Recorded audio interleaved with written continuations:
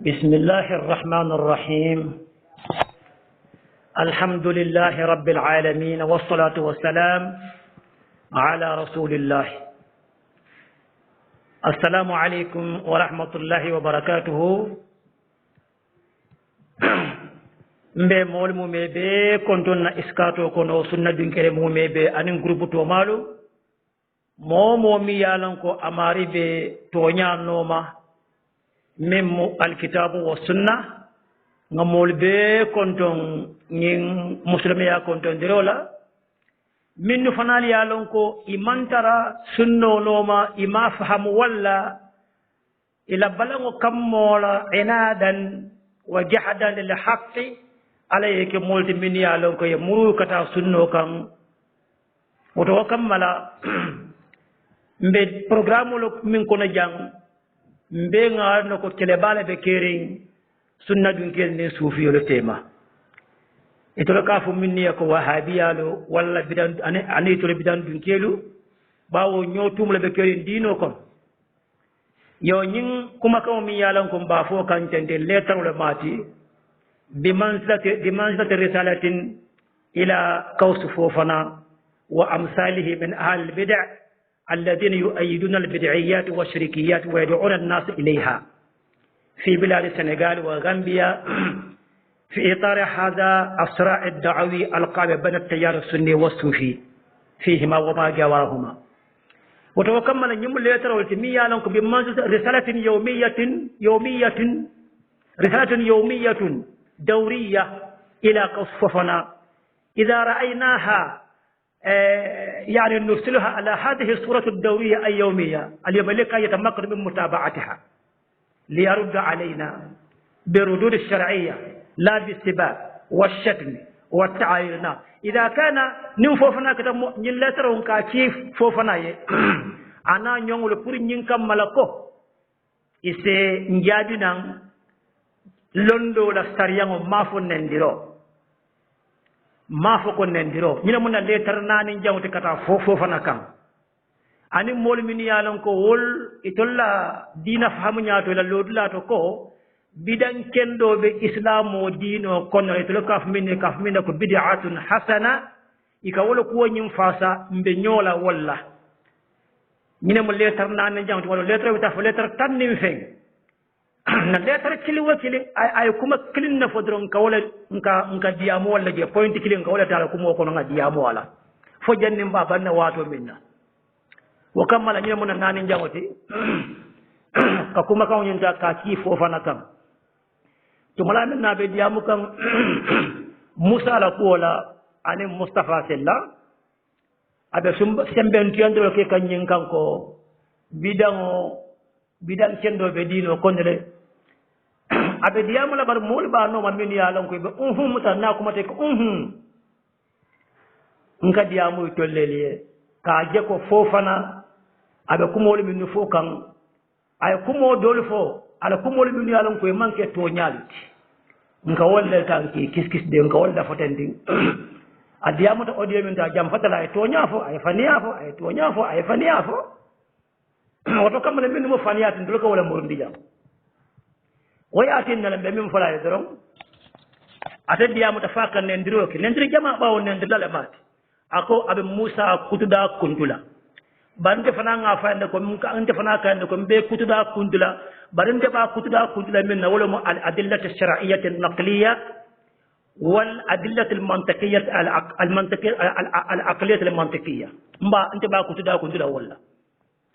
ndolo molete biya ko nahnu ahlus sunna wal jamaa يجب أن نتقيد بالتعاليم الإسلامية الواردة في الكتاب والسنة لأننا متمسكون بالكتاب والسنة. نحن نرد عليكم بمثل ما أسأتم إلينا لا نتجاوز الحد الشرعي كما قال تعالى جزاء سيئة سيئة مثلها وتوكمل عندما تصبوننا نحن نرد عليكم بالمثل لا نتجاوز الحد كما تفعل أنت فوفنا لا نتجاوز الحد. لذلك عندما قلت لموسى مبيكت دا كنتلا أنا أقول لك وأنا أيضا مبيكت دا كنتلا بالأدلة الشرعية والمنطقية. wolon koye ko ndol sunna dun jelu ndol buka alqur'ano nin sunno wali nyoya alqur'ano kam min fonye anin kitabul o sunna kajine fonye ko nim moye ku jewake ni ba ji jola to anyongo fay barkala la tambe ko fofona ka benke ana sifalu ñun kuma jew balu ke fo bawo ni tane molbe diam ka londo la ibika dawoto bara fay nen diro ke bara wonen diro ne kalande tambile wala mola daji ko bari ndol ni naale nen diro ke ale nen diro min sifa ken to liba wala kela balen to telande tambo kala jeri wanan ko biri ko musa ko mbe kutuda kuntula ndefna ba fule ko ndefna be defna kutuda kuntula sariyan kitiyol lella londo abanta wala yatin nanyi audio ko jambe jamla min ngalo manyenti ko ko kana jamfa bawo audio jindo ko kolya wa kammala mbe jam kam min na jawla min ta ko hani hasidiya fomu sifa fulalet hani hasidiya fomu sifa fulalet ako mahmudun an madmumun wala mutahu mubahun wa madmumun mahmudun wa madmumun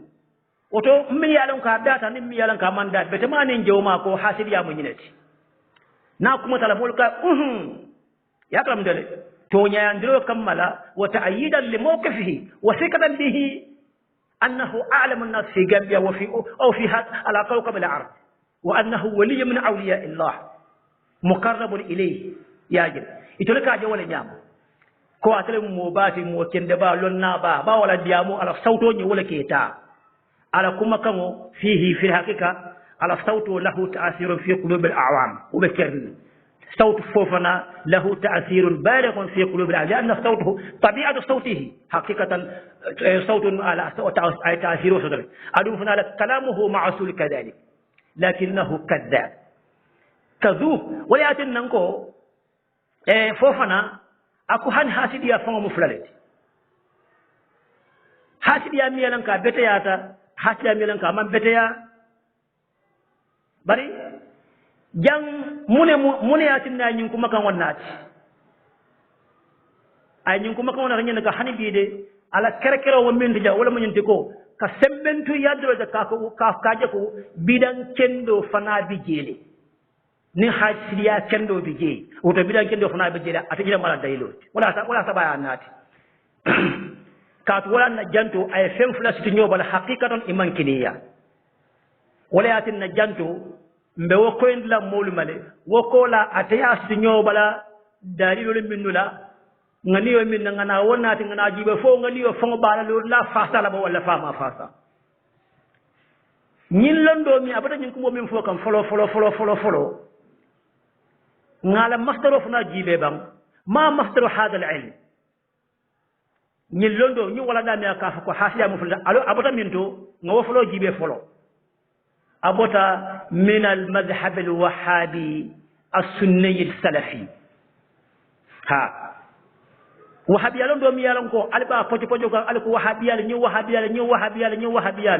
fofana ñi monde jele to de natul malu sa faalo ni aya bondi jelato imaje bira bondo wahabiya londo ko alka alkal ko mojibi yo yarafa wahabiya londo mu tonyalati yarafa londo le bije oto fofana wala kala fiden dile de fofana kamim fo allié amambo sufi londi kono amante ka ko sufi londo abota wahabiya londo ko atlo ka fa nyami nyama wala musunnoti wala musalafi ta be mun mankutu kilin walati fatamantere tema bare niyaji waha akata wahabiya da ngoni ya mun ne sayin kuma kana jam akwa karatul likof bare alkof mun kamara ta'anan fi ahli sunna wal jamaa wala yatin nasayin janto abota wala to sanyi birin abota wato dron birin atol be diamo la wati minna ali fofana la kumo tonyanda ñin da tonyanda ko fentu atodum hasidiya mo fulale betemane jewma ko ha ali sonta wala ha bal sa alam do bata damit wala mo wahabiya wala mo sunniya ko ha sonta wala ha silan wo wahabiya londi kilingo wo sunni londi kilingo wo salafi londi kilingo wala ko wala sabatin doto wala ko tonya kan kullu muhdathatin bid'a wa kullu bid'atin dalala kabondi kida bul sallallahu alaihi wa sallam wala ya sabatin fana kote ko ku bida wo bidam be mu filipe ku kuta dino ma be mu filibante yalti filibante yabu be mu bida wala bida mo be filibante yalti sañi ye masdaro mi yalan ko ye toñande londo bodu la yalan ko ka je toñande fofon ke ko ngojimi fofona ko alfin dikande ba wati ya bondu akany mem fota ka bondu la kelne sa won la kilingoto muni ya tinna wol ko nyin wol son taji na ko nyin dole ha kenda manin jawmalam ko ha bale ko nyin do mo mebe mo jawmal adi waka wasi kenole iko hani woto ay ko kuma ko min fanun ko ay min tambe nun ko ko sunno bin kele busala aka fa ko afatu minuna be ba'd al kitab wa takfuruna be ba'd ima ja akital fa wala jam imaji at o ma salam man ko to foko nak nendiro fofa nak nendiro ko aka fa wala ni abukalo ka to jiko min batila tala jiko ata ko le fo mode hani aka fa men ko ha jibata solu muna mu jibata so to aka fa usado le jibata sol atele fa mu jibata do ka abe ni nyama be abe ni kujawo min be ke kan nyin dino kono muna asababo be sunta munela ako aye palaso le ngaba ture kundan kolla palaso ala min karafa walla ala mi yalon ko malikul mulk yutil mulka man yasha wa yunzi'u al mulka mimman yasha wa yu'izzu man yasha bi yadihi al khair wa alami yawman nyaton ko sika ayadi ture kundan kolla ay wol hasiya imaje wala atina mo wasra dro imaja wala akatati wallahi billahi tallahi nyinum ko aka min nyini mo bula mo wasra dro wa Islamic Spring Council nim man sakunda amo so damne wala alwin nyimo mebe imaje han nyim man sakunda min tambita nyim be kerin gambia banko kambi muna yani ku yandi amanje kafoko man sakunda le bukata ko hani man sakunda mammi atalafta minna ama asra man sakunda bulu wala mo nyimma nya deti mo be siring ibe wasaring ila yamin soto ustadul bebe siri be wasaring ala yamin dina ila kaf minna al qana'atu malul la yanfadu wa kanzul la yafna adama diya mu wasoleti bara mo wasa nga continue dia mo kala jamfa yaajin sanya ako hasidiya be wala jam to nyaala ma ala nyin ko mo to nyaalti hasidiya mu fuladeti kila sallallahu alaihi wasallam ay wa fulata fona ta wa fule ay min fo to nyaala ko la kila ko la hasada illa fi ithnatayn ako hasidiya mantra fo kuflato nyin kuflo min ko rajulun momi yalon ko kewlam mi yalon ko atahu allah malan alayna fulo de jama da baro na fulo nyi amali kamuna ki akamuna fanne ku kendo le kunna wujuhil birr ka famale kila ko hasidi alim kewmi yalon ko alaylon woto wujuhul birr jang min kala na fulo se ka dundi ala ka dundi ala ko ya dundi dabe mafu ko ka dundi bidan ko ko de mawo fode bari mo fulan jang wala moti mi yalon ko alaylon do diala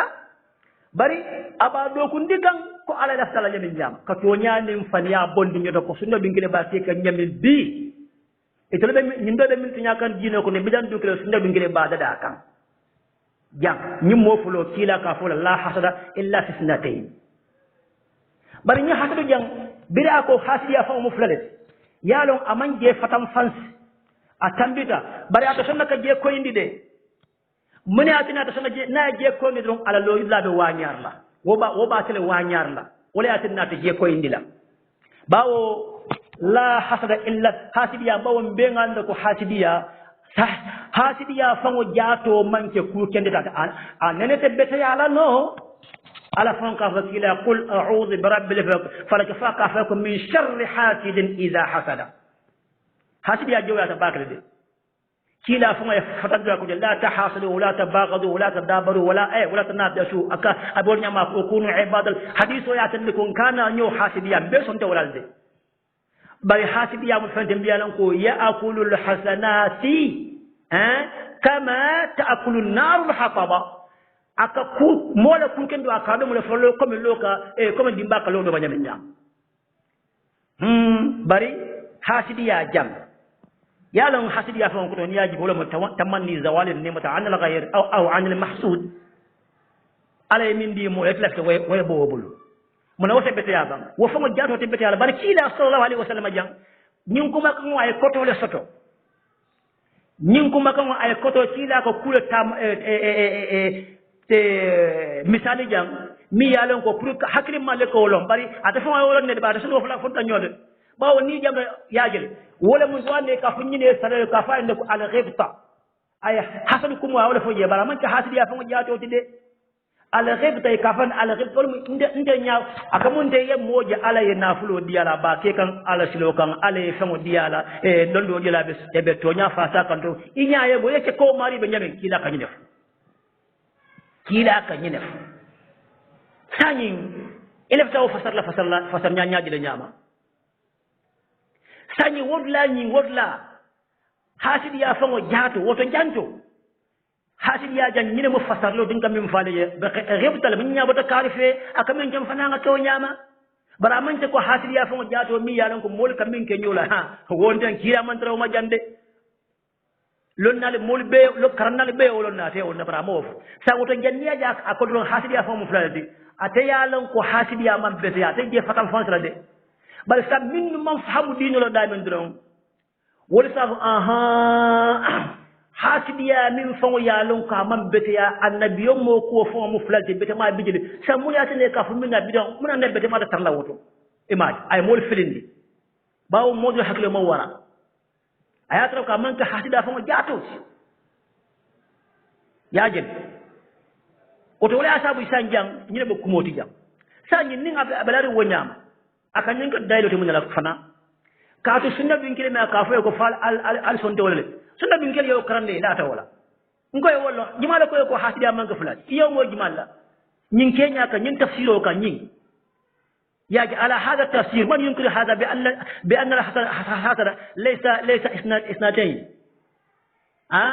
laysa isna fo jimala yo inkar mo inkar ko bari ni aja ko mo fana fo aka ko mun nyinin karam lungu aka muneke ali halo nyimbe be kerin kelo nyimbe kerin bayna tayyar sunni wa tayyar sufi min be nyan karaf lol tema sa aka wala taswir aka wala ta aka ala sawruna te kenya la pour que mul hakio tay kamera ko sunna dun ke wolle balante o bunda nyina ayata ko kela ko mul moti moro aldo mono ma al malong naliya lonnum altebla la noma bari nga don ko min la jeri nya man jam fa nin dino kono ngat continue kumo kana tali ko classe ya jel abela wala nya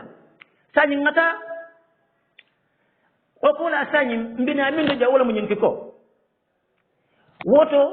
min bi jang ate fofana tumala minna wo hasidi ya mi lan ka ba fokam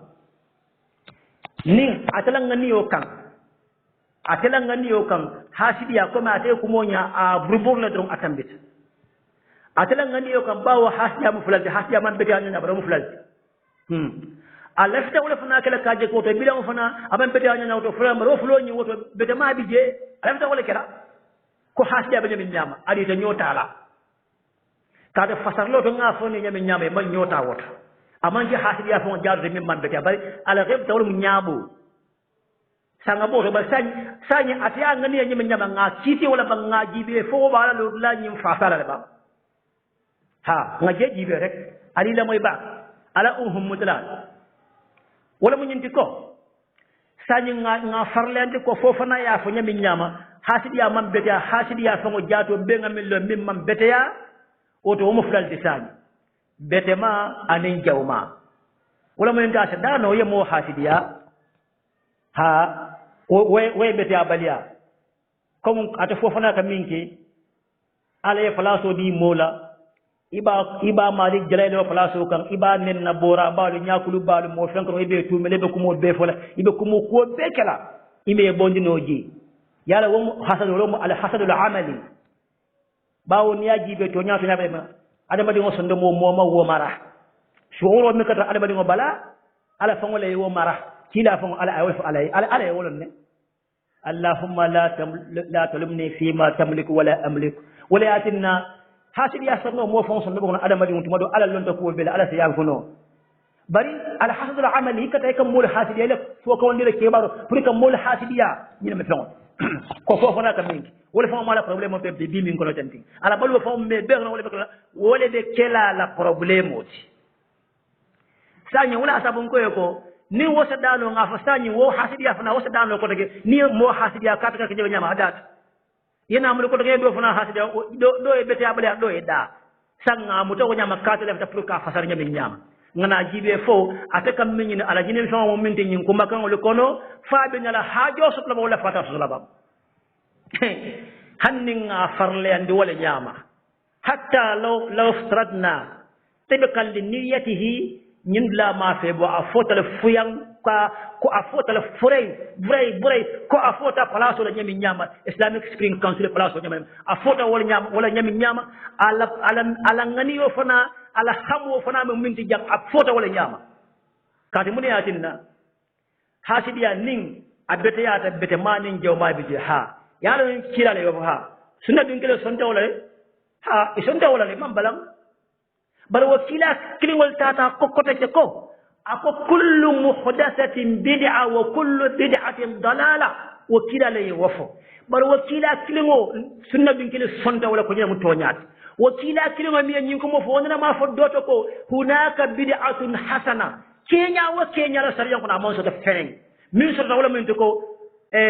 sunnatun hasana min kila ya fo wala sonta wala sanyi fofana mun ye fa saja sanya atul ko hanide kila la afojan kullu muhdathatin bid'a wa kullu bid'atin dalala alko alka sole nyini ka sojini ka hani bidan kendo bi jele ka fami ko bid'atun hasana ma fa ko sunnatun hasana de sariya ko no wafata minto jimala de ne wafo sariya la takriron de ko fo kila min sabatin de ko la wala kila mammo do ko ma fe kila min sabatin di nga wala foy sa abe min do nen kila ko hunaka sunnatun hasana sunna kendo be jele sunna do ngir babal wala nya wala babal wala nyaadi para kila ne mo wofo ko to al kana mo le firindi atule be mo nyin ko mo min be fo kan tendin abe manke fendi fo duniya na fañino bari kuma jama'a de nyaato ila audio killing mbe ikutuda kuntula kili wakilin comme eko ka Musa be de la ban defata Musa ye de tek ban de be kutuda kuntula sariyan kiti wala ya no te kan nen dole ikam Musa boto kuntu boto josota akata tenti mbe kasaila imbe mujahiliya kum wolle yajil هذه من الكلمات الجاهلية جمالهم ولا ما يعلمون يجل في العصر الجاهلية كما كان الناس يستخدمون مثل هذه الكلمات السيئة في التصعب يجل وفي الشك وفي يجل كان يوم غيبه كان يوم كما سيفال إمو حلقين إمو سنكندين إمو تنيارين إدان كتو إكتدا كنترين إمان تا كسيرو مبه كسير با خوص فنال ديامو من الناس كما جاولو إذا كان يندلو تايكو لا نيوكا يسافكو تياتونغو كأنك تخريج من جامعة السباع والله فوفوفنا لم ترى داعية في هذه الدنيا من يسب ويسب ويسب ويسب ويسب الناس حتى تتراكم كلمات السباب لا إله كأنه طوابق من البنيان طوابق من تحت السحاب فوفنا لموت الدنيا كوني إبا سبنا الدنيا من تو إكو غامبيا لا لونا با غامبيا لا ولي با غامبيا لا فنكي با mori ba min ka taka yeman bari morke ba yala mol ka fenne ko iko bir ya jire be kutuda kundula ya jemme de bira be kutuda ko nte ma foko ya jemme nyante kutuda kundula walla mandi amanjanne kutuda kundula manta wo kitiyo ko mo hukumo le anyante kutuda kundula wo amanye kutuda kundula bari wati minna be kutuda kundula mol ko en ko muni atina wol ma yema iko taka yeman ne he adama dungu be yin sango nim banko kan iko lonna le mati lonna ba ye mo kendo woli ko mo ka blano be kande ndiko muta noma ye wokalu aka wuliya bafo duniya be tema akati kaye man ite ne mo jumala ni duniya kono inene yalo iman kende ya moli afa molne ino masatala moli afa ne ko man kende ya baye mala bari kende ya bali abu sifale men du moli ma wol kati man psychology fango karam ilmu nafsi malo ko te malo yemen nyama ilmu nafsi imalon ko te ma hum lam ya atba'uka lam ya'rifu ma huwa ilmu nafs kama lam ta'rifu ant kama tajhaluhu tamaman wa lam ta'rifu shay'an fi ilmi an-nafs ite nafsiyan niyya nafsiya jibe fi مرض من نوع من انواع الجنون والله بالله تالله يكمل من فو نين دينو كونو فوفنا يكمل جو بالي لفو إذا يكمل من فو نين دينو كونو nin moli wota ya saka ya ka bukoti ya kumol beta ya lan ya lonna ko modina duniya kon iko annasi adama din lonna momin karante wala ka diamu tente no ni afoyde na ni ma ko momo ibe so iba fere nyaw ibe wuli andilan ibe ini sakuyano fam kati ba fere nyim fala ba moti nyala ini mini be nyola wala beta ya batete billahi fati wol touré wol faba gite wol chamul nse konting Suleiman Touré wol kankari kunda e kamino fo sa don me lombake bari kata jejuwol ngamin lo andi mammin long weta fo nyin moli be e atodum ali chamunyulu weta fo mondol tofo nyin be nyin ne beti ate wallahi billahi tallahi zahiran kadu al-islam yaqdi bil zahir min be kene mo ka siti walla yemo jaba iltizamu min babu lika siti walla bari ini ñu man kiliyaade ñu beti abade de ika wali ya min fonni ada sarna keri ñunne bo sa bay tan wote kata daji ko tela al wilaya taqwa min Allah subhanahu wa ta'ala حسن الالتزام بيئة وتقيد بالتعاليم الإسلامية والأخلاق الحسنة والمثل العليا من مدينون ولأن كاف كيلاكو ذلك كندو كيلاكو أن يدفعون يالنا كيلاكو إنما بعثت لأتمم مكارم الأخلاق ذلك كندو ولا نيكو ولا الدكتور يوسف القرضاوي يجب هل بابو الفنول الدكتور يوسف القرضاوي كافو أكو الدين هو الخلق فمن زاد عليك في الدين زاد عليك في الخلق زاد عليك في الدين دين لهم ذلك بل نينكم ما جوفو نينكم ما جوفو fofuna kuma jaw fo ngede ndiya moto jam na kuma jawo minti jawla minti ko itela ka fo kutuda kuntu nko wanan ko mbe kutuda kuntula ikutuda mba kuntula sariyan kitio londo layte woto baadi lo odiyo fla jam fat